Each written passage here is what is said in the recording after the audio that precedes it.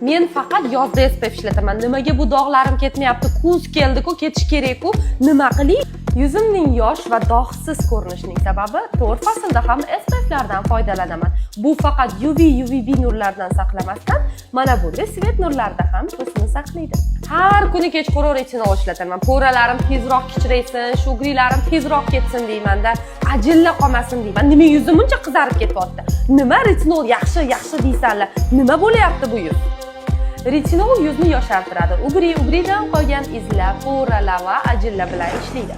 Men haftada 1-2 marta retinol ishlataman. Kechki uxlashimga qo'shaman va ertalab yuzimni yaxshilab yuvib, SPF ishlataman. Men namlantiruvchi krem ishlatyapman-ku, nima tonalkam yotmayapti. Kechqurun yuzimni yuvaman umuvvalkada. Endi malachko-palachkolaringni men tushunmayman, gidrofilkalaring tushunmayman. Yuvyapman-ku tonalkani. Yuvib namlantiruvchi ishlatyapman. Ertalab ham namlantiruvchi ishlatib, keyin ustidan tonalka suryapman. Nima yotmayapti yuzimga? Bo'rtib g'alati bo'lib chiqyapti. Nimadir qiling-da.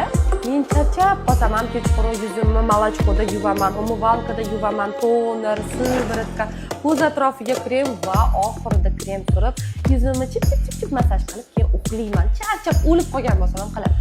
O'sha uchun ham makiyajim kunduzi zo'r yoqadi.